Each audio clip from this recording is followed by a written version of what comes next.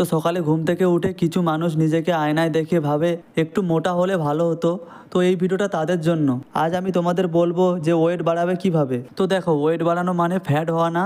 Wait বাড়ানো মানে হলো মাসেল বাড়ানো, যাতে বডিটা হেলদি থাকে, স্ট্রং হয়।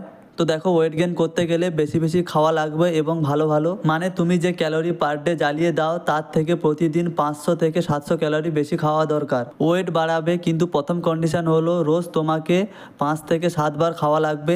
যেমন হচ্ছে breakfast, mid morning snack, lunch, evening snacks, dinner, night snacks, এই টাইমগুলোই তোমাকে খেতে হবে। প্রোটিন ছাড়া ওয়েট গেনিং মানে হলো ফ্যাট বাড়বে কিন্তু মাসেল বাড়বে না। তাই প্রথম থেকে প্রত্যেক মিলে প্রোটিন রাখতে হবে, যেমন ডিম, চিকেন, ডাল, পনির, ফিশ, পিনাট বাটার। তো ওয়েট গেনিং করতে হলে শুধু ভালো খাওয়া দাওয়া দিলে হবে না, কম্পাউন্ড এক্সারসাইজ করতে হবে, যেমন স্কোয়াট, ডেডলিফট, বেঞ্চ প্রেস। এই এক্সারসাইজগুলো করলে তোমার মাসেল বাড়বে এবং ফ্যাট কমবে, বডি স্ট্রং করবে।